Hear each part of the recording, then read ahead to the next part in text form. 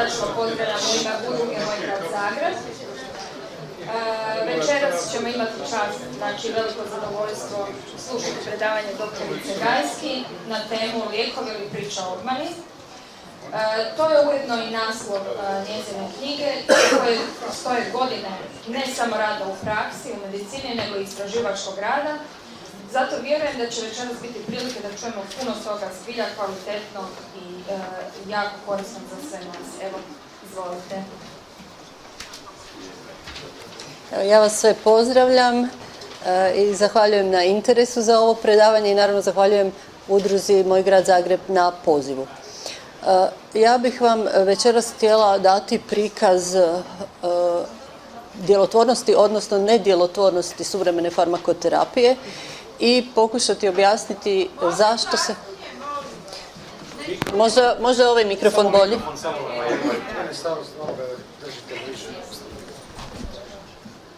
Jel me sad čujete bolje? Dakle, probat ću vam izložiti koliko su moderni lijekovi djelotvorni, odnosno nedjelotvorni i objasniti zašto se naša predodžba i naša uvjerenja o lijekovima značajno razlikuju od njihove stvarne vrijednosti. Podaci koji ćete čuti temelje se na vjerodostojnim izvorima i na sustavnim pregledima koji su uključili brojna istraživanja sa desetinama tisuća ispitanika, neka čak i sa stotinama tisuća ispitanika.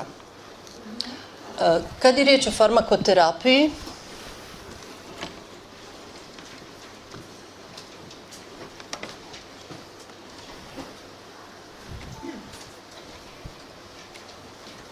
onda je dobro za početak razlikovati tri grupe lijekova. Prva grupa su simptomatski preparati, to su lijekovi koji olakšavaju tegobe.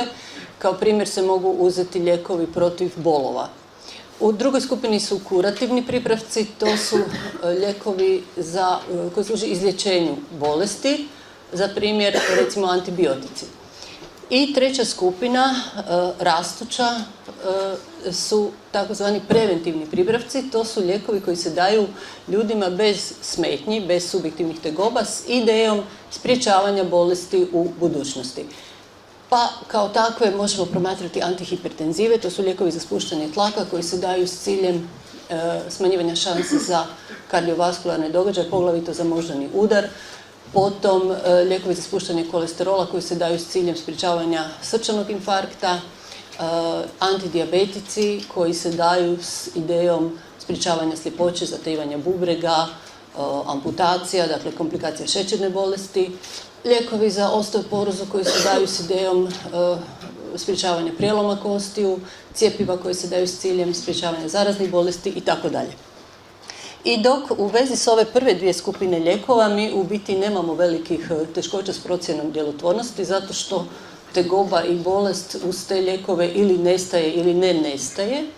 Dotle sa ovom trećom skupinom ta je prosudba puno složenija i ona je u stvari izvan dosega laičkog, ali i liječničkog, odnosno profesionalnog iskustva. Pa kolika je stvarna učinkovitost preventivnih pripravaka na koje danas odlazi većina zdravstvenih proračuna? Naime, lijekovi za spuštanje tlaka i kolesterola su vodeći po potrošnji već godinama u zdravstvenim proračunima. Kad je riječ o lijekovima za spuštanje tlaka, rezultat zbira velikog broja istraživanja bi se mogao svesti na sljedeće. Treba liječiti prosječno 100 do 200 ljudi godišnje za prevenciju jednog kardiovaskularnog događaja godišnje. Najčešće se radi o moždanom udaru. Dakle, svaki prosječno 100 do 200 liječeni godišnje ima koristi od tih lijekova. U toj uprosječenoj slici se mogu razlikovati dvije krajnosti. S jedne strane su oni koji više profitiraju, to su bolesnici koji već imaju kardiovaskularnu bolest, potom ljudi starije dobi, muškog spola, oni koji imaju i druge rizične faktore, dakle šećer, pušenje i slično, i oni koji imaju vrlo visoke vrijednosti tlaka.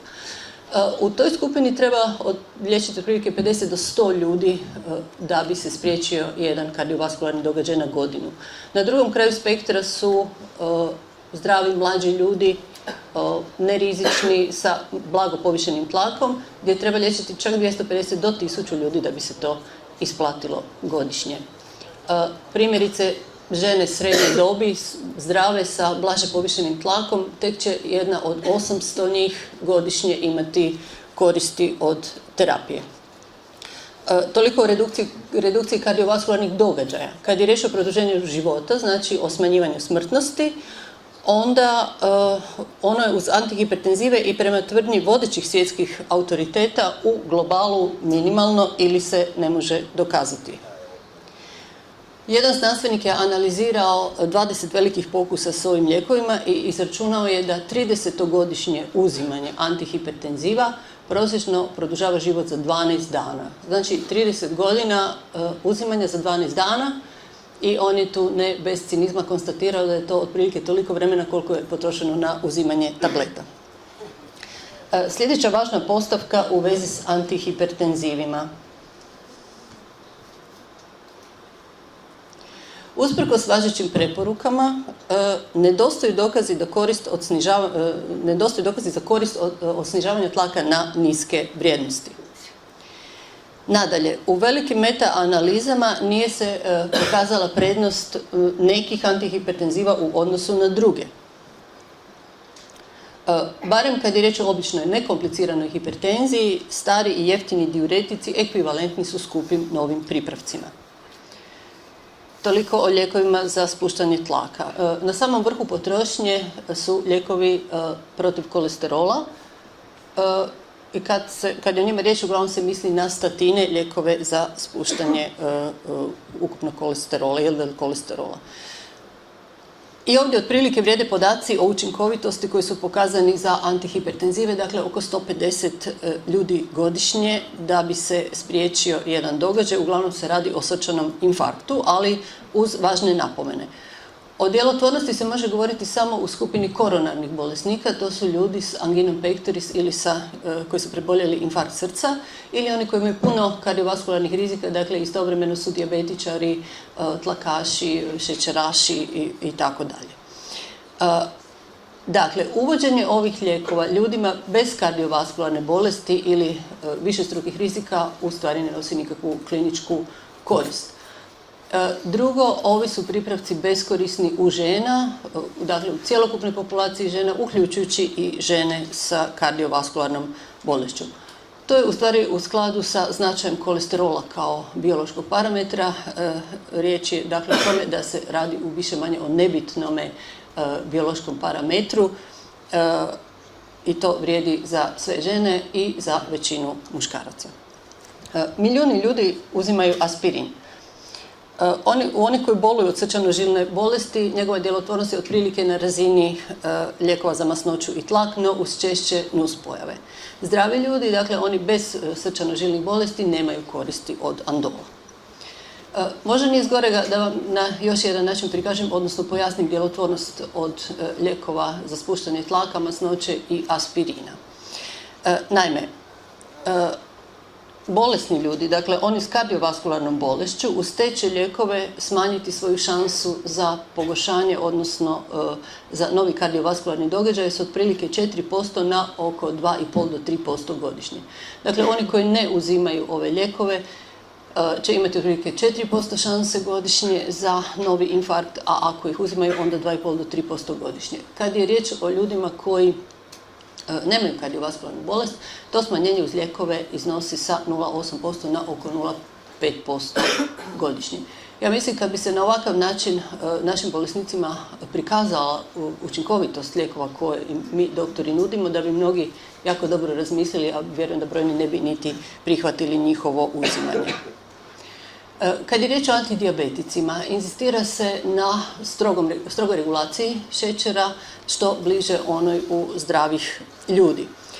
To podrazumijeva rano uvođenje tableta i inzulina, što je danas slučaj. Pritom se uvijek poziva na UKPDS, za tu bolest najrelevantniju kliničku studiju, koja je, ja inače govorim tu o dijabetesu tipa 2, dakle takozvanom staračkom dijabetisu. U ovoj studiji su uspoređivane dvije skupine novo otkrivenih dijabetičara, od kojih je jedna skupina imala za cilj strogu regulaciju šećera. Dakle, to je zahtijevalo obilnu farmakoterapiju, na koncu nerijetko i inzulin. Druga skupina je ostavljena na takozvanom ležernom režimu, gdje se interveniralo tek od visokih vrijednosti šećera oko 15, ili ako su postojale smetnje vezane uz visoki šećer. I tu je na koncu, a istraživanje je trajalo 10 godina, manjina ljudi u stvari dobila tablete, a većina ih je ostala samo na dijeti. Nakon 10 godina analizirani su rezultati i utvrđeno je da je prednost farmakoterapije pokazana tek na operacijama očne mrene i laserskim fotokoagulacijama mrežnice. Dakle, na očnim kirurškim zahvatima. Učinka na druge komplikacije šećerne bolesti nije bilo. Dakle, obje grupe imale su jednaku dužinu života, isti broj amputacija, bubrežnih i srčanih zatajenja, isti broj sljepoća, moždanih udara, oštećenja živaca i impotencije. Tek je broj infarkta bio granično niži od striktno liječenih. Ukratko, studijom na kojoj je utemeljena današnja agresivna strategija i pristup liječenju šećerne bolesti, pokazano je da se stroga regulacija šećerne bolesti isplati tek otprilike svakom 200. dijabetičaru, u tom smislu da im sprječava jedan lakši operativni zahvat na oku. Postoje i druge klase lijekova čija je djelotvornost problematična. Lijekovi za osteoporozu. Istraživanja pokazuju da najmoćniji od tih lijekova sprječavaju godišnje, odnosno smanjuju šansu za prijelome kostiju sa oko 6% na oko 3% godišnje. Međutim, većina tih prijeloma je od manjeg kliničkog značaja. Jedini koji je relevantan u kliničkom smislu, a to je fraktura kuka, uz tu se terapiju smanjuje se oko 0,4 na 0,2% godišnje. Nešto veću korist od ove imaju osobe koje imaju frakture kralježaka, dok oni koji ih nemaju imaju još manju korist od ovih lijekova od navedene. Hormonsko nadomjesno liječenje je korisno kao simptomatska terapija, dakle za ublažavanje klimakteričnih smetnji. Međutim, dugoročno uzimanje pokazuje štetu na nekim organskim sustavima, na drugima korist, tako da neto učinka dugoročno od tih lijekova nema. Kad je riječ o antidepresivima, korist je pokazana u teškim slikama depresije, no za blaže i srednje teške slike depresije, kao i za anksiozna stanja za koje se danas ti lijekovi široko propisuju, nema učinka povrh placeba, dakle onoga što si bolesnici sami sugeriraju. Isto tako nema dokaza da bi ovi lijekovi sprječavali ponovne epizode depresije i da bi smanjivali stopu samoubojstva. Kemoterapija zloćudnih bolesti. Tu postoji učinak na krvotvorne neoplazme, dakle limfome, leukemije i za neke druge rijeđe karcinome kao što su karcinomi testisa, jajnika, donekle dojke, koje je česti karcinom. Međutim, za najčešće karcinome kao što su oni debelog crijeva, želuca, pluća, prostate, gušterače, citostatici su praktički bez učinka. Antivirusni lijekovi imaju vrlo ograničene domete, pripravci protiv gripe su praktički bez efekta, korist od terapije hepatitisa je nejasna, lijekovi za AIDS ne eliminiraju virus iz organizma i zahtijevaju doživotnu terapiju. Cijepiva, to je jedno veliko neistraženo područje u kojem nema stvarnih dokaza o djelotvornosti i o sigurnosti. Čak niti za tradicionalna cjepiva koja su u obaveznom kalendaru, a kamoli za ova novija, kao što su, koja nam se sad nude, kao što su ona protiv humanog papiloma virusa ili protiv gripe. Dakle, toliko o pokazateljima djelotvornosti koji proizlaze iz velikih istraživanja. Po mom mišljenju su skromni, međutim, oni su u stvarnosti još i skromniji nego što to istraživanja pokazuju. Naime, klinički pokusi neadekvatno registriraju nuspojave lijekova, kvalitetu života ljudi na terapiji, recimo inzulinskoj ili kemoterapiji. Potom cijenu koja je za nove lijekove prilično visoka. Efekti lijekova u kliničkoj praksi su manji nego u strogo kontroliranim uvjetima kliničkih pokusa. I konačno, rezultati tih istraživanja su precijenjeni jer većinom dolaze od proizvođača lijekova koji financiraju ta istraživanja i koji tu dokazano manipuliraju.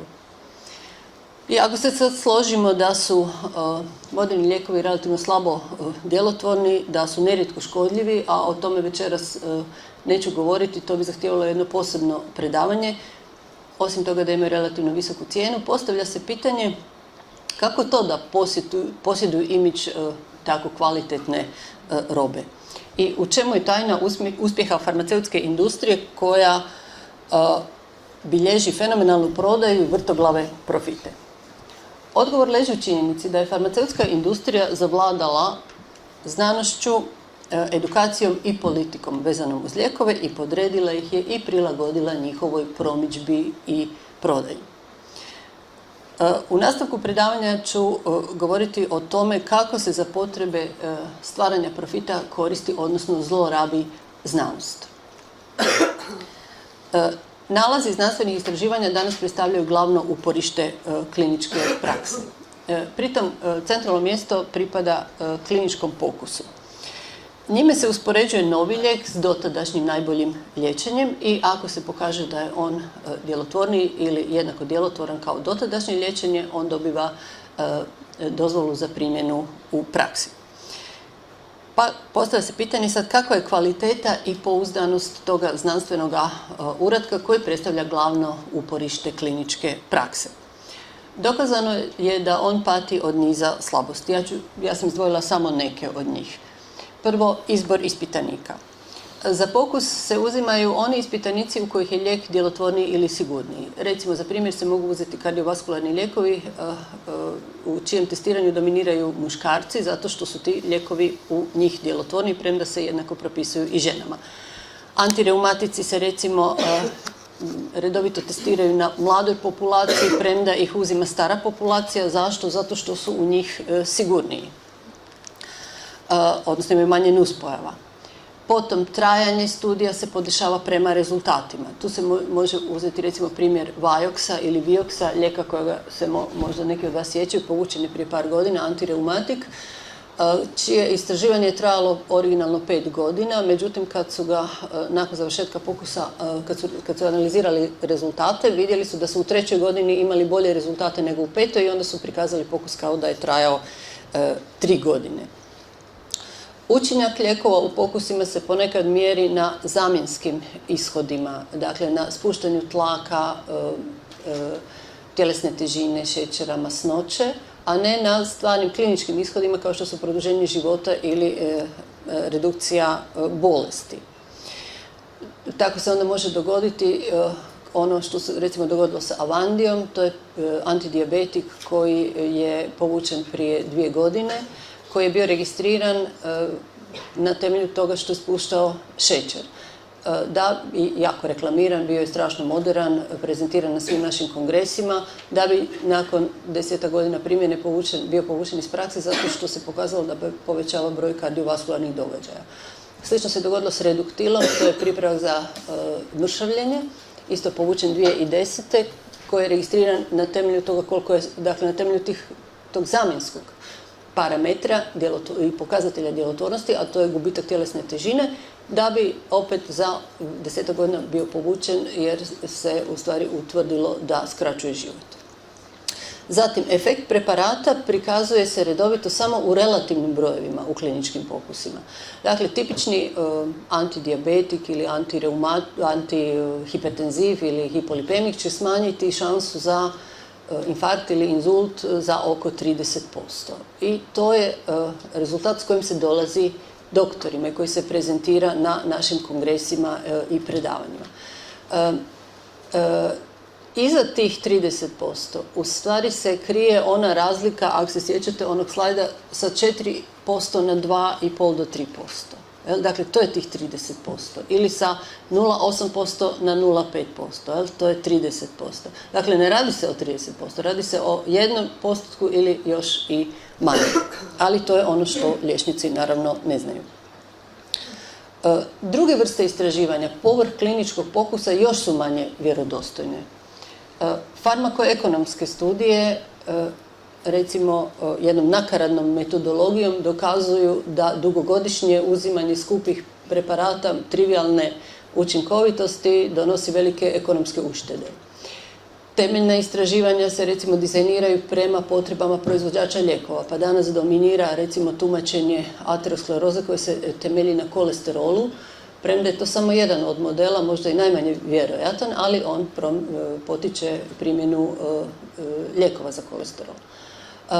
Observacijska istraživanja dokazuju pod navodnicima veliku korist od agresivnog spuštanja tlaka ili masnoće na niske vrijednosti. Epidemiološke studije prikazuju lažno veliku proširenost bolesti i značaj, tako da danas imamo, dakle, baratamo s podacima da su depresija, osteoporoza, migrena, vodeći svjetski zdravstveni problemi. Od astme, recimo, boluje, 500.000 ljudi u Hrvatskoj, od migrene i više, od hepatitisa zaražen svaki 12. čovjek i tako dalje. Rezultat, znači, ovakve znanosti je kriva ili nepouzdana informacija o bolestima i o liječenju. Postavlja se pitanje tko je za to odgovoran. Odgovor je prilično jasan iz činjenice da farmaceutska industrija danas financira oko 70% kliničkih pokusa objavljenih u velikim medicinskim časopisima. Proizvođači lijekova osmišljavaju te znanstvene studije i kontroliraju njihove nalaze. I u tome manipuliraju. Dokazano je da u istraživanju plaćenom od privatne kompanije preparat ima 4 do 5 puta veću šansu da se pokaže djelotvoran, siguran i isplativ, nego kad je tako isto istraživanje plaćeno iz drugih javnih, recimo, izvora. Valja također reći da se s prodorom privatnog kapitala u medicinsku znanost ona sve više bavi temama usmjerenima na brzu dobit, primjerice skupim pripravcima za doživotno uzimanje, dok je sve manje zanima istraživanje uzroka bolesti, nefarmakološke terapije, prirodnih lijekova i bolesti koje ubijaju milijune ljudi u nerazvijenom dijelu svijeta. I to sve naravno pridonosi neučinkovitosti moderne medicine.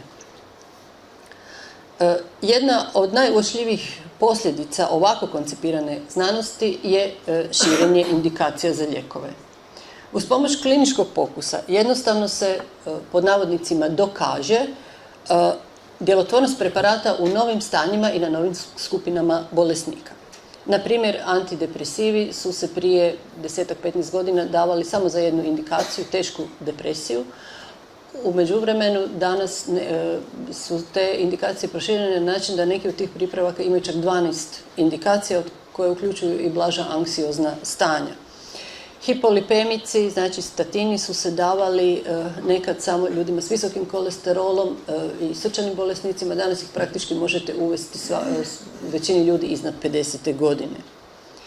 Širenje definicije bolesti i stvaranje novih bolesti daljnja je posljedica i cilj suvremene medicinske znanosti. Definicije simptomatskih bolesti kao što su astma ili depresija proširile su se na način da se u pokusima jednostavno dokazalo, pod navodnicima, da lijekovi djeluju i u blažim slikama bolesti. Isto je demonstrirano u nizu fizioloških ili graničnih stanja i prolaznih poremećaja poput menopauze, premenstrualnog sindroma, erektilne disfunkcije. Dakle, pokusi su pokazali, pod navodnicima, da su lijekovi u tim stanjima djelotvorni i onda su ta stanja automatski proglašena bolestima. Osteoporoza je kreirana na način da je za normalnu gustoću kostiju uzeta ona žene između 20 i 30 godina. Uspoređujući se s njom, a to se radi u densitometrijom, velik broj starijih žena automatski dobiva dijagnozu osteoporoze. Hipertenzija, hiperlipidemija i hiperglikemija danas su najčešće bolesti. To u stvari nisu bolesti u pravom tradicionalnom smislu riječi.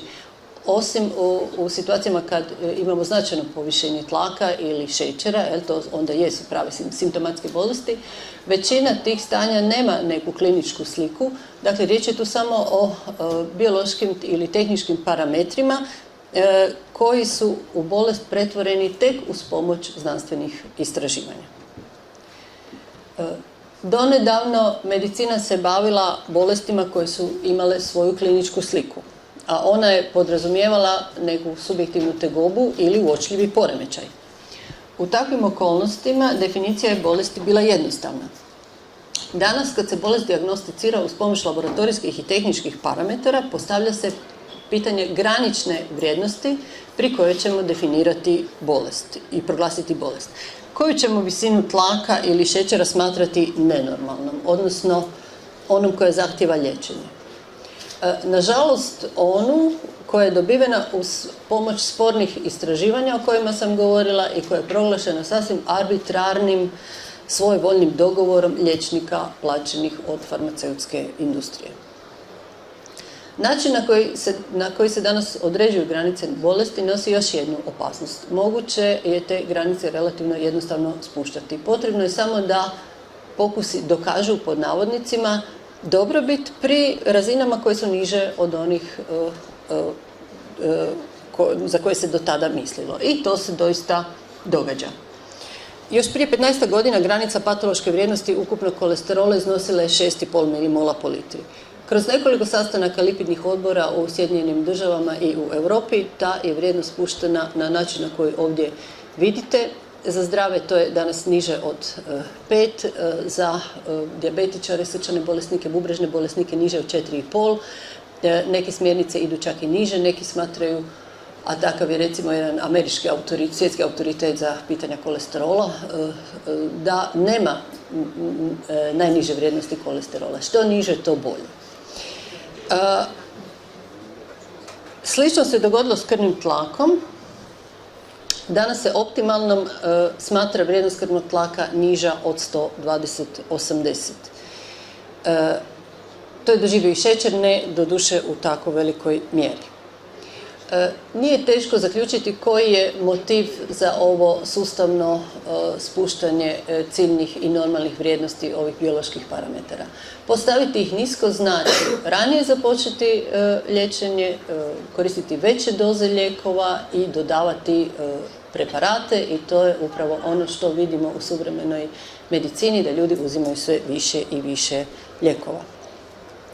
No, ovaj opisani scenarij ima za posljedicu i činjenicu da sa svakim novim izdanjem kliničkih smjernica sve veći broj ljudi postaje kandidatima za liječenje.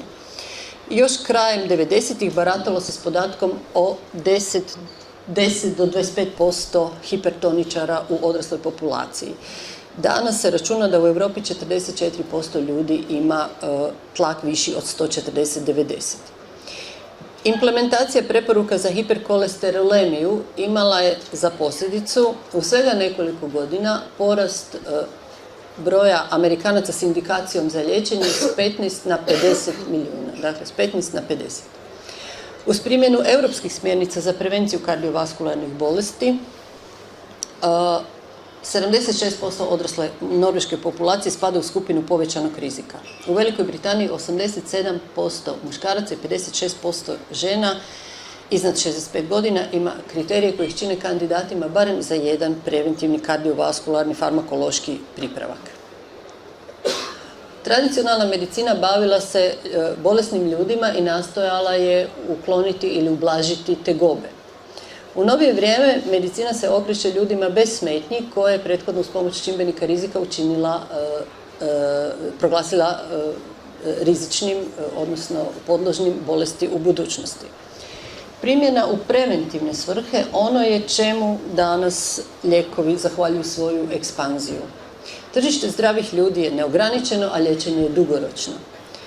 U preventivi kao pristupu bolesti u stvari nema ništa sporno, to je i dio narodne mudrosti. Međutim, problem je u tome što koncept moderne preventivne medicine dolazi iz farmaceutske industrije.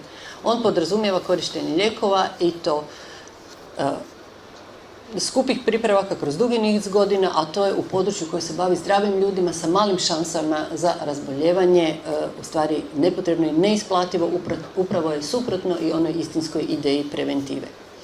Današnja orijentacija medicine prema zdravim ljudima pojava je s dalekosežnim ekonomskim, društvenim i kulturnim posljedicama. Ograničena novčana sredstva namijenjena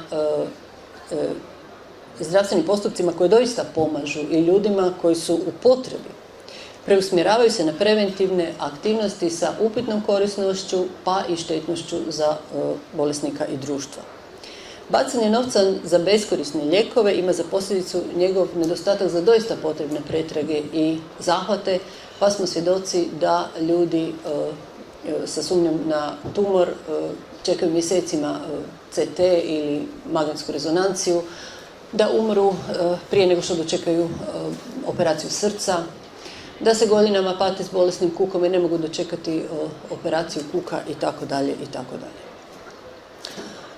Toliko o znanosti kao o alatu za stvaranje profita farmaceutskih kompanija. Malo sam se dulje zadržala na znanosti zato što je znanost danas mjerilo svega i uporište za brojne naše odluke. Htjela sam vam pokazati koliko je znanost u stvari na krhkim nogama, koliko ona sama ima svoja intrinzična ograničenja spoznajna, a danas je još, odnosno u zadnjih 30 godina, na ovako jedan vulgaran način privatizirana i komercijalizirana i upotrebljava se u stvari za potrebe i interese manjine.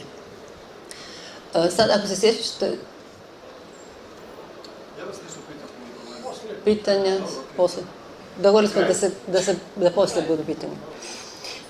Dakle, toliko o znanosti. Ako se sjećate onog slajda, ispod znanosti je stajala edukacija. Dakle, farmaceutska industrija preuzela je edukaciju i nju također koristi kao sredstvo da bi za kreiranje te lažne predodžbe o korisnosti svojih proizvoda.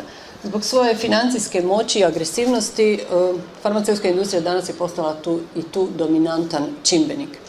Distribuirajući odabrane i dodatno još obrađene i dotjerane znanstvene nalaze, nastavlja liniju znanosti u promicanju farmakoterapije i stvaranju novih bolesti. Medicinska edukacija je usmjerena različitim profilima u zdravstvu, no najveći ključni kupac i ključni čimbenik potrošnje lijekova su liječnici, pa je i glavnina napora medicinske industrije usmjerena prema liječnicima. Kad govorimo o izvorima stručnih informacija, liječnicima su danas na raspolaganju svi mogući medicinski časopisi i publikacije. Potrebno je doslovno samo kliknuti mišem. No, zbog niza razloga, prosječni će kliničar od svega ponuđenog konzumirati samo ono što mu je najlakše dostupno, to jest ono što mu se samo nudi i što je besplatno, a to su materijali koji mu se dostavljaju putem farmaceutskih predstavnika ili poštom, uključujući elektroničku poštu. A takvi su sadržaji puno bliži reklami nego edukaciji. I kad je riječ o stručnim predavanjima, simpozijima i kongresima, daleko najčešće pohađat će one sponzorirane od medicinske industrije jer su besplatni, odvijaju se u luksuznim hotelima, popraćenim večerom, nekad u ambijentu turističkih mjesta, u zabavne sadržaje, nerijetko u inozemstvu, čak i u prekooceanskim destinacijama.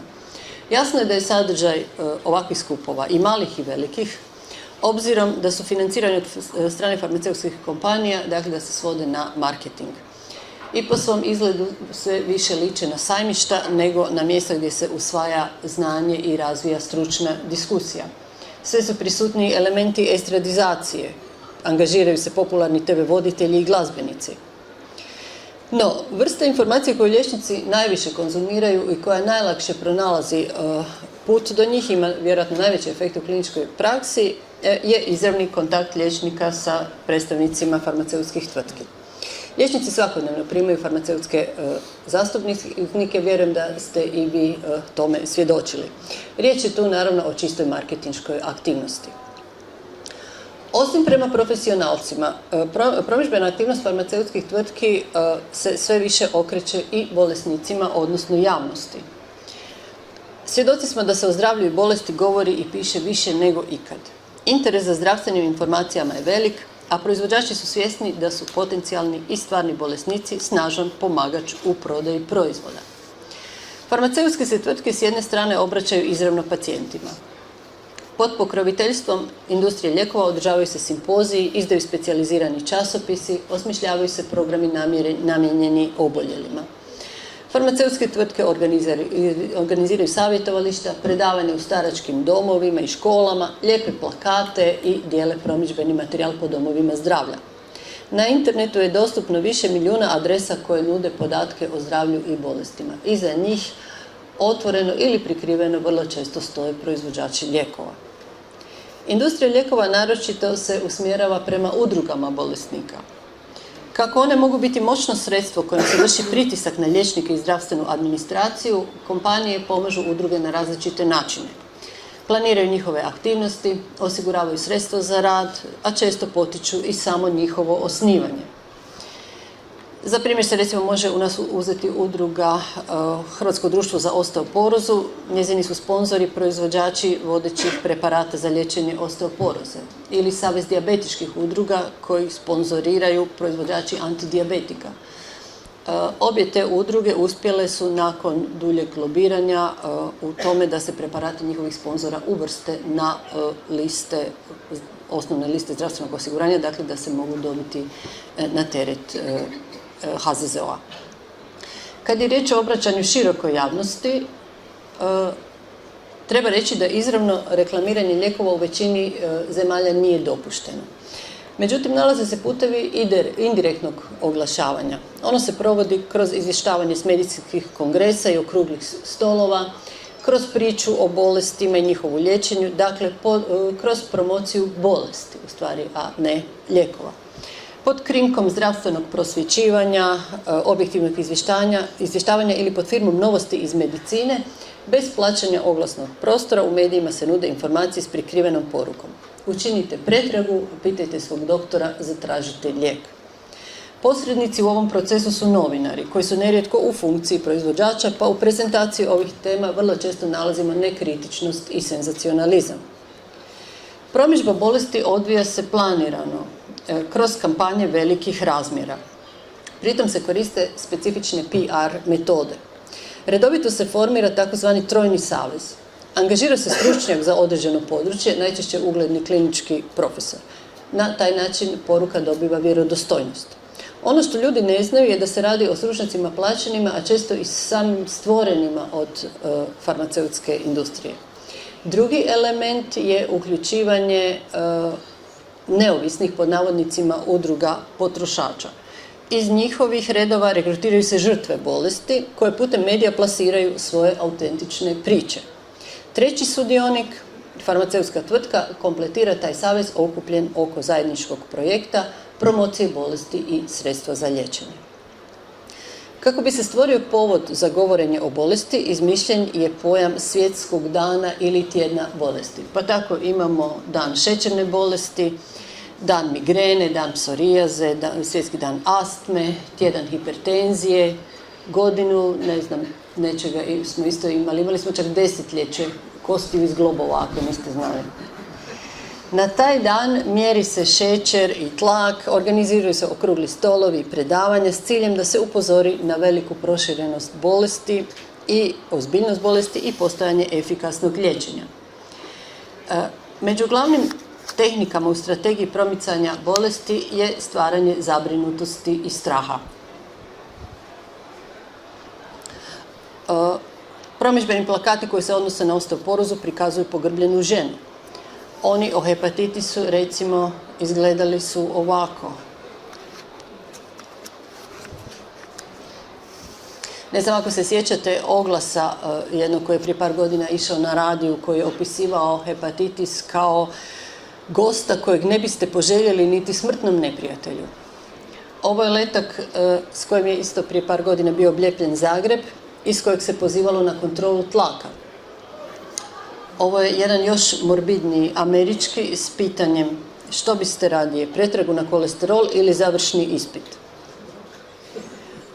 U zamašnim globalnim kampanjama za promicanje bolesti, komercijalne su bolesti poput astme, migrene i depresije, a depresija je postala čak jednom vrstom mode, poprimile epidemijske razmjere. No, i različita fiziološka stanja i blaže smetnje narasli su do nerealnih dimenzija i poprimili forme teških poremećaja. Ovo su neki od primjera iza kojih stoji uvijek konkretan farmaceutski pripravak. Erektilna disfunkcija, to su spolne teškoće u muškaraca. U žena premenstrualne smetnje od kojih je stvoren sindrom, potom menopauza koja je normalna etapa u životu žene, međutim na prijelazu stoljeća ju je liječilo više od polovice žena u razvijenom svijetu. Od čitavog niza novostvorenih psihijatrijskih bolesti ja sam izdvojila samo socijalnu fobiju, to je strah od javnog nastupa, osobina donedavno poznata kao sramežljivost. Od Helicobactera pylori, bakterije koja živi u sluznici 60%, kod nas možda i 70% ljudi, zahvaljujući planetarnoj kampanji, također je tijekom 90. godina stvorena nova bolest. Do kraja tog desetljeća nova klasa lijekova koja se promovirala u vezi s tim je dosegla vrhove na ljestvicama najpropisivanijih.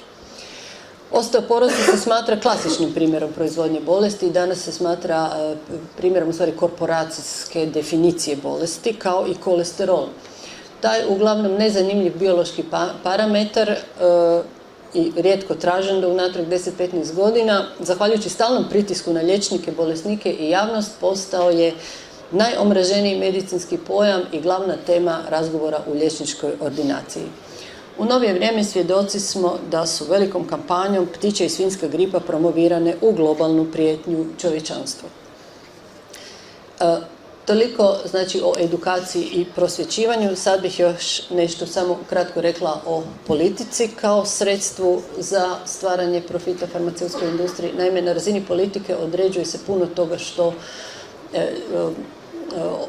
određuje sudbinu lijeka i u toj dakle, oblasti je farmaceutska industrija naravno nastojala ostvariti svoj najveći mogući utjecaj i u tome je uspjela.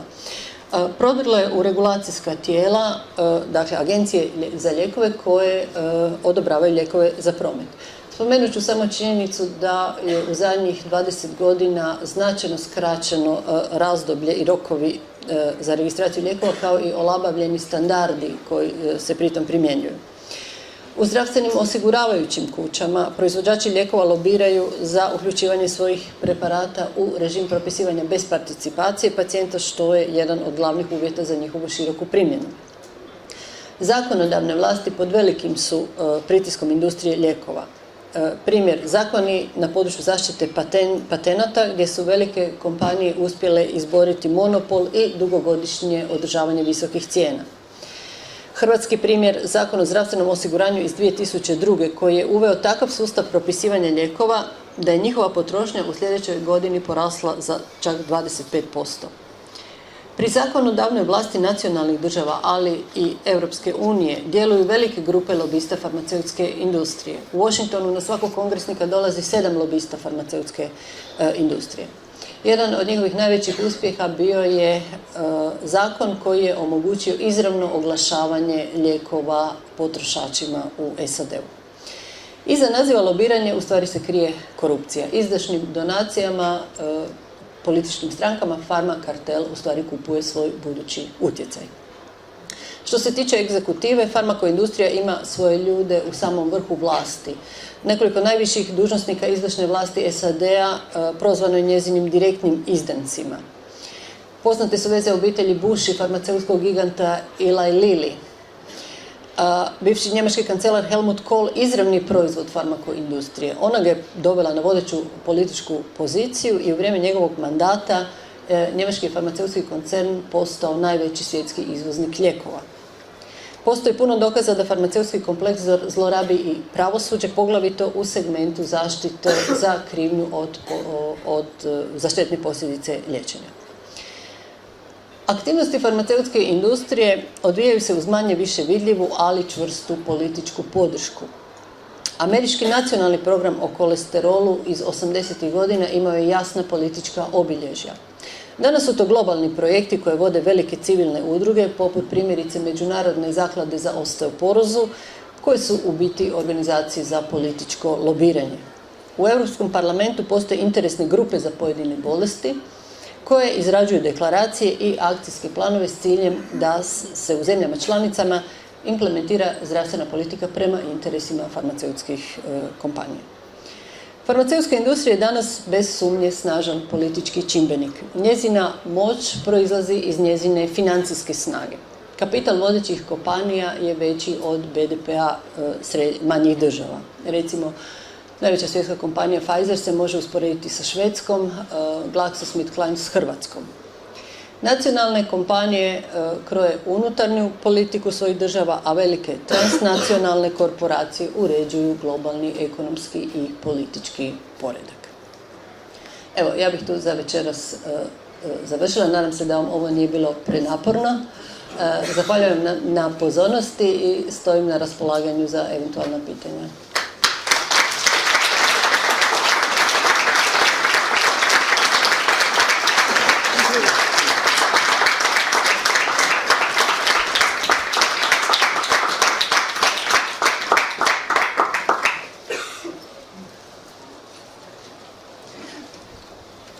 Neko će moderirati ili... Izvolite. Činjenica je znači da farmakomafija, recimo to tako sada, mislim, ne mogu nikako drugačije onda nazvati tu organizaciju, da njoj nije u interesu ozdravljenje čovjeka, nego isključivo profit. Mislim, te informacije su jako bitne informacije za svakog čovjeka, kako u ovoj državi, tako bilo koji drugoj. Sad što ja kao mali čovjek mogu napraviti da se nešto promijeni? Ili bilo ko od ovdje pristupa? Mislim, što konkretno? Postoje dvije razine, dakle moja ideja je osvijestiti stvari, a postoje dvije razine djelovanja. Prva je ona na individualnoj razini, dakle kako ću se ja postaviti u tom sustavu. Dakle, ono što je najopćenitija preporuka je imati dakle, ovakve uvide i zadržati rezervu prema medicini i prema liječnicima, koji, kao što ste vidjeli, nisu zlonamjerni, nego naprosto uskraćeni za relevantne informacije, dobivaju vrlo selekcionirano znanje, imaju nepotpunu informaciju o bolestima i liječenju i tu je dobro zadržati, naravno, jako je dobro informirati se i to iz alternativnih izvora informiranja, međutim i zadržati ono što bismo mogli nazvati zdravim razumom i nekako cijeniti svoje nekako laičko iskustvo i osjećaj, intuiciju, dakle ono što je prognano danas iz moderne medicine, a što može biti vrlo korisno. Mislim da će, ako se ovakvi trendovi nastave, postati biti spasonosno. Dakle, ne dozvoli da nas medicina i liječnici učine bolesnima onda kad se mi takvima ne osjećamo. Naravno da je medicina korisna, da postoje vrlo djelotvorni lijekovi, dakle medicina je nezamjenjiva u akutnim situacijama zbrinjavanja bolesnih ljudi. I tu je neosporno, dakle, moramo priznati uspjehe moderne medicine i njezinu učinkovitost i efikasnost. Međutim, u ovom području preventive koju sam naročito htjela naglasiti, treba biti vrlo obrazan. Dakle, situacija u kojoj se u ambulantu dolazi bez ikakvih tegoba, kao zdrav čovjek, sa komadom papira na kojem piše da je šećer nešto viši ili kolesterol nešto viši, izmjeri se tlak 140/90 ili se donese nalaz denzitometrije. Vi ulazite, znači, kao čovjek koji nema nikakve smetnje, izlazite iz ambulante sa 7-8 lijekova doživotno. A drugo je ono što možemo na sustavnoj razini pokrenuti, mi kao potrošači zdravstvenih usluga, jer čini se da je struka tu prilično inertna i moje iskustvo u ovih 2,5 godine istupanja i obraćanja i struci, jer imam prigode pisati članke i za liječničke novine i za glavno naše glasilo stručno i strukovno. Dakle, od liječnika se ne može još očekivati da pokrenu ovdje stvari, premda bi oni, koji su po definiciji dakle, nadležni i trebali biti dakle, zainteresirani za zdravlje ljudi, dakle, da će s njima ići teško.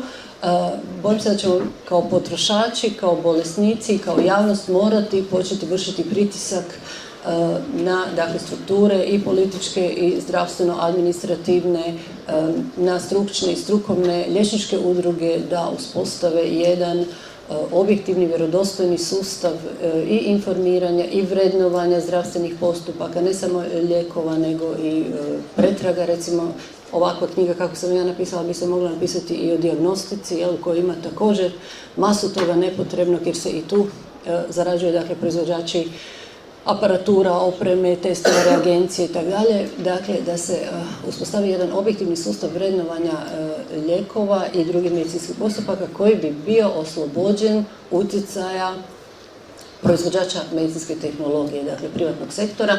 Naravno, to onda podrazumijeva i promjenu čitavog gospodarsko-političkog našeg ustroja i modela koji je sad već očito vrlo, vrlo loš i to će trebati ići, dakle, paralelno i neće ići preko noći, ali mislim da sada, da smo se zadnjih godina svi i po tom političkom pitanju dosta osvijestili i shvatili šta nam se događa i da ćemo pokrenuti promjene. Promjene neće doći iz institucije, nego samo od nas pojedinaca koji se u tom smislu moramo organizirati. Evo, izvolite, gospodin. Izvolite. Dva pitanja kratka. Kakav je stav Hrvatskog liječničkog zbora? I drugo pitanje, pacijent ima neke teškoće zdravstvene, dođe svom liječniku, ovaj mu prepiše neki lijek, onda on čuje da taj lijek ima negativne nuspojave i ne želi ga uzimati. Jer on preuzeo odgovornost, onda čija je ona odgovornost? Naime, to je sad ova vijest da je u Češkoj se priprema zakon koji će obvezivati pacijente da uzimaju lijekove koje im je liječnik propisao.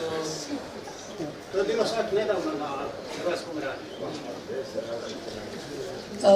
Po prvom pitanju, dakle, Hrvatski liječnički zbor i komora, ako hoćete da vam kažem iz vlastitog iskustva, jer bojim se da nema nekih na vidiku drugih većih kritičara medicine kod nas, nisu nikako reagirali na moju knjigu. Dakle, tu je bilo jedno stanje ignoriranja i, dakle, ja sam očekivala čak i nekakve reakcije negativne, međutim, niti to se nije dogodilo. Dakle, jedno potpuno prešućivanje. Ja sam u Liječničkim novinama objavila članke s naslovom izmišljanje bolesti slučaj kolesterol, izmišljanje bolesti slučaj osteoporoza, liječenje šećerne bolesti u službi dijabetičke industrije, hipertenzija, bolest, rizik ili obmana ili prevara, antidepresivi, očajno rješenje za očajne i tako dalje. Na to nije bilo apsolutno nikakve reakcije. Jedino što je izazvalo reakciju jest moj zadnji članak o cijepljenju koji je nosio naslov cijepljenje spas od zaraznih bolesti ili nepotreban rizik. To je očito bio prevelik zalogaj i prevelika tema da bi ostala prešućena i tu su uslijedile reakcije. U sljedećem broju Liječničkih novina su objavljena 3 članka sa 3 važne adrese koje su se našle prozvane, međutim argumentacija je bila vrlo slabašna, odnosno išla uglavnom ad hominem, dovodili su u pitanje moju kompetenciju, nisu imali kontraargumente za moje teze. Ja sam im u sljedećem broju odgovorila i mislim da će tu to sada stati. Ja? Dakle, odgovor je ignoriranje. Zaključak je da struci ne odgovara otvaranje rasprave po ovim pitanjima, što je bila moja ideja. Jel? Dakle, nije svejedno jel mi ljude liječimo ili trujemo, jer bacamo dragocjeni novac na nepotrebne postupke. Nije svejedno osteoporoza i kolesterol bolest ili nije bolest, ja? Međutim, za sada nema pokušaja da se otvori nekakva javna rasprava o tome. Ono što primjećujem u zadnje vrijeme je da se obični liječnici, dakle da su se zamislili ako ništa drugo, da počinju razmišljati, neki počinju čitati, dobivaju mi neke povratne informacije u smislu podrške. Računam da će se s vremenom stanje ipak početi mijenjati. A na ovo bilo je još jedno pitanje. Da, pazite, živimo u totalitarnom sustavu, to je sad jasno, jel? Dakle, i liječnici u nekim državama su morali potpisati obvezu da će liječiti pacijente prema postojećim kliničkim smjernicama, gdje će u protivnom su gubili ugovore sa zdravstvenim osiguranjima i sl. Dakle, mi to jednostavno ne smijemo dopustiti. U tom smislu si moramo moramo se izboriti za svoju autonomiju i na vlast nad vlastitim tijelom, zdravljem i odlučivanjem nad tim esencijalnim u stvari kategorijama koje se tiču našeg života i zdravlja. Zahvaljujemo na vašoj lijepoj izvedbi, prezentaciji na tim lijekovima i sve. Ja sam lično mnogim pacijentima rekao o tome i oni su si nabili strah u sebi. A kako će se onda liječiti? Jer to treba onda riješiti. To pitanje liječenja, ako su i zdravi, podvrgnuti lijekovima i postanu bolesni, onda treba nešto učiniti, ali nešto žestoko.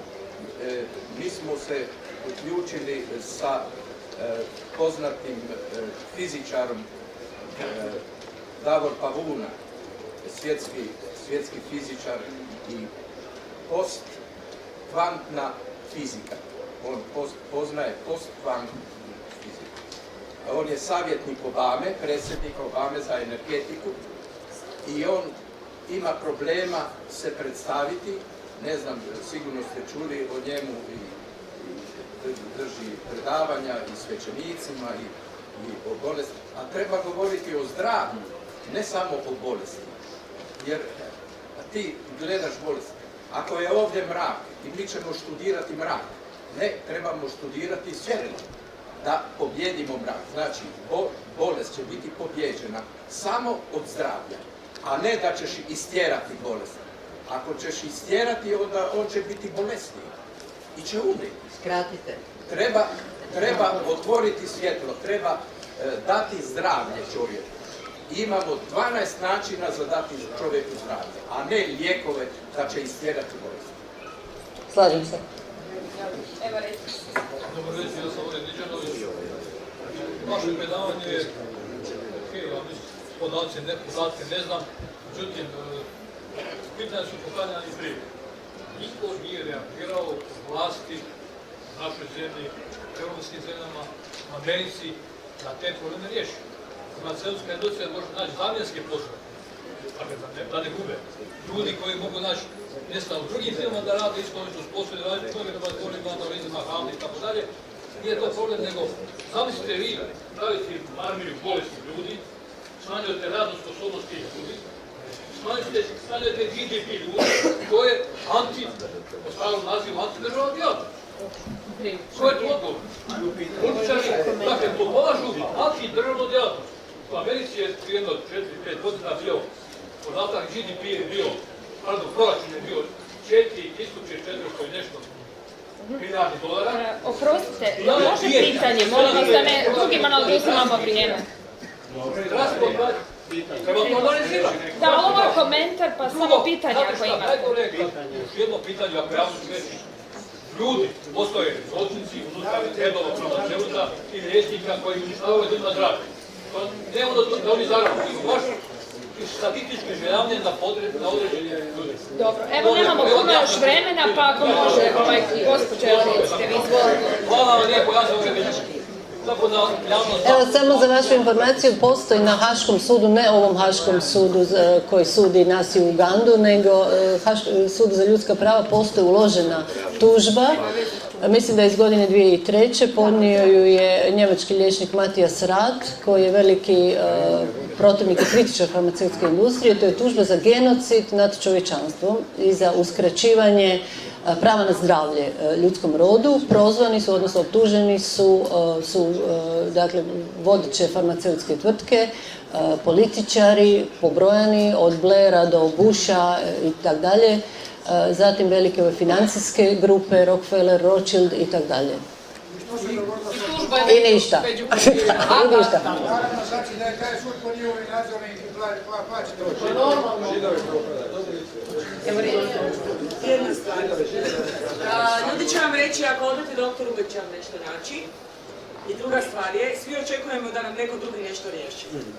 Prošla sam, liječnik sam, prošla sam praksa, farmaceutska industrija, državna osiguravajuća tijela. Vani sam radila tamo. Nema liječnika, lažem, 1%, koji nije htio savršeno surađivati sa farmaceutskom industrijom. To je sve. Nemojte, razumijete, politika, molim? Doktorica Gajski čini mi se ne surađuje savršeno. Surađuje. Idemo ovako, znam povijest doktorice Gajski, ali to nema veze, može se surađivati za učenje, može se i za korista, može se surađivati. Liječnici su dali zakletvu da će se brinuti isključivo o zdravlju i dobrobiti bolesnika. I to je na njima, smo odverusi, tako? I to je na njima. Hoće li prihvatiti sve što je govori farmaceutska industrija, što je govori politika, što je govori zakon i tako dalje, ili će se ponašati drugačije.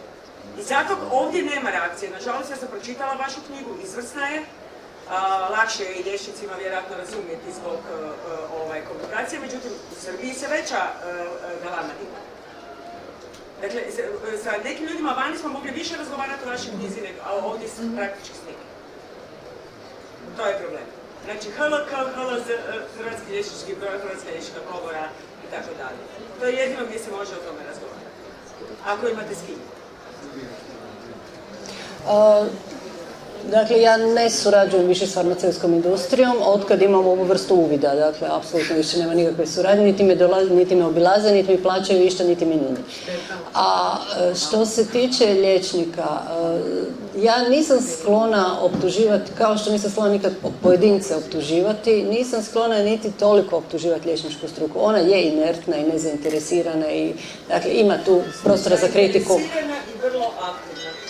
Međutim, ja uvijek volim to sustavno gledati. Dakle, kad vi doktora postavite u situaciju da on, ovaj koji je u primarnoj zdravstvenoj zaštiti, dakle, u situaciju da je on zakupac, njegov prioritet postaje ekonomski, dakle, održavanje njegove ambulante, plaćanje režija, sestri i tako dalje. Ako ga zatrpate administriranjem od HZZO-a, pravilnicima, kontrolorima, ako mu, dakle, sad nametnete to e-zdravstvo, pa se on tu iscrpljuje i troši. S druge strane, ako liječnike u bolnicama opteretite sa satnicom kojom su oni danas opterećeni, u situaciji gdje oni još popodne trče u privatne poliklinike nešto zarađivati. Da ne govorim o liječnicima koji rade kao privatnici. Dakle, zakupili ste ih sa ekonomskim, administrativnim poslovima, pretvorili ih u poduzetnike i službenike. I u toj situaciji oni gube interes za bolesnika, za ono što je centar njihovoga rada i treba biti i posla, a to je liječenje i dobrobit ljudi. Pacijent dolazi negdje na rub, odnosno na kraj te ljestvice prioriteta. Oni nemaju više energije i nemaju vremena. Ono što je najlakše i najmanje zahtjevno u situaciji kad imate 80 ljudi u smjeni za pregledati je napisati recept i napisati pretragu, nažalost. Evo, reci. Da li ste možda imali neka neugodna iskustva, odnosno da li je bilo kakvih prijetnji prije ili nakon ilustrative? Ne, apsolutno nije bilo nikakvih neugodnosti, da bih ja to, meni osobno ne. Čula sam da su postali nekakvi pritisci na urednike nekih novina koji su objavili neke moje članke ili intervjue, ali ja osobno nisam doživjela baš ni najmanju neugodnost.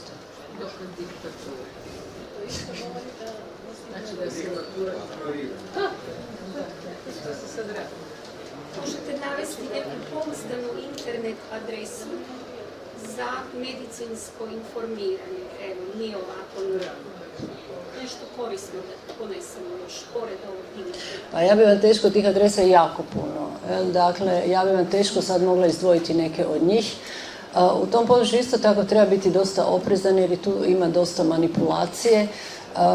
Ljudi imaju isto sklonost da zastrane opet u tom drugom smjeru, dakle da ne priznaju apsolutno ništa službenoj institucionaliziranoj medicini, nekritički proglašavaju neke postupke iz tog područja komplementarne i alternativne medicine kao spasonosne i jako djelotvorne. Dakle, ne bih se usudila preporučivati vam baš neke pojedinačne adrese. Kako građani mogu znati koja su cjepiva dobra za djecu, a koja su otužene? Čujte, cijepljenje je jedna velika tema. Bojim se da to sad otvorimo, da ono najopćenitije što vam mogu reći je da je to jedno ogromno neistraženo područje. Dakle, ja sam se iznenadila kad sam počela to istraživati i vidjela da tu praktički nemate dokaza o djelotvornosti niti o sigurnosti, a maltene ni jednog cjepiva koji se danas primjenjuje. Na internetu imate, ako upišete moje ime i cijepljenje, imate nekoliko članaka i intervjua, pa ako vas to više zanima, možete to tamo pronaći. Konkretne savjete vezane uz pojedina cjepiva vam niko objektivan koji je to područje istraživao i informirao se ne može dati. Svako onaj ko vam tvrdi da neko cjepivo sigurno, korisno, djelotvorno, taj ili nema uvida ili svjesno manipulira. Postoji testiranje cjepiva pa se tek onda puste u promet. Ne, cjepiva su vam neistražena. Pazite, postoje pokušaj da se nekih istraživača i to vrlo respektabilnih mjesta, jedna od tih je Cochrane Collaboration, to je danas najcijenjenije, smatra se najvjerodostojnijom bazom medicinskih podataka, odnosno izvorom informiranja o učinkovitosti medicinskih intervencija. Možete potražiti na internetu ako upišete Cochrane. Oni su pokušali procijeniti djelotvornost nekih cjepiva i nažalost nisu se mogli izjasniti. Konkretno za MOPARU, to je cjepivo za ospice, rubeolu i parotitis, dakle mumps. Nisu jednostavno našli vjerodostojna i dovoljno kvalitetna metodološki istraživanja na kojima bi se išta moglo o tom cjepivu zaključiti. Za gripu je također isti slučaj. Gripa nije obavezno cjepivo, međutim nema dokaza da bi ono imalo, smanjivalo šansu za gripu, njene komplikacije, hospitalizaciju itd.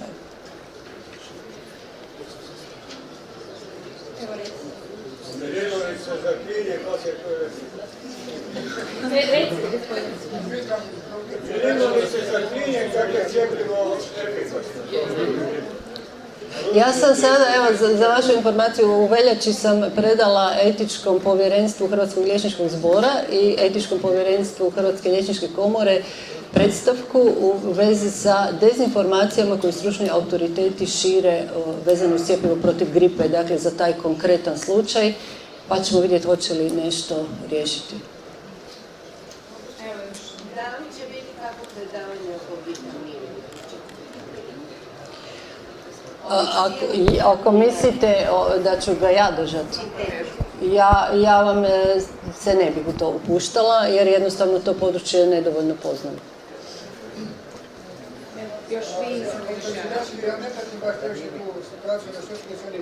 Koliko ima takve literature otprilike vašeg izdanja, odnosno autorstva knjige na svjetskoj sceni ima takve od 10 dana? Da se što promijenilo ove značije nakon te i eventualno drugih knjiga u zakonodavskim rabotom farmaceutske industrije i njihovih logista planova?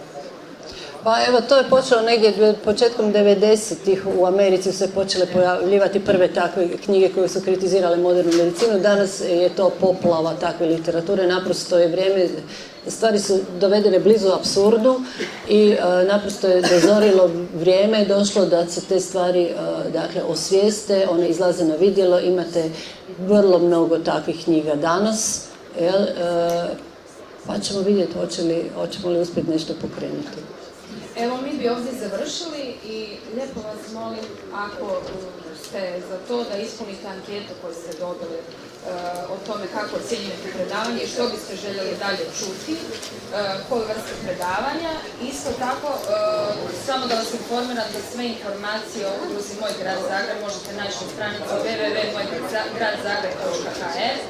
I evo, još jednom se svima zahvaljujem, posebno doktorici Gajski, što je, evo, imali smo čast.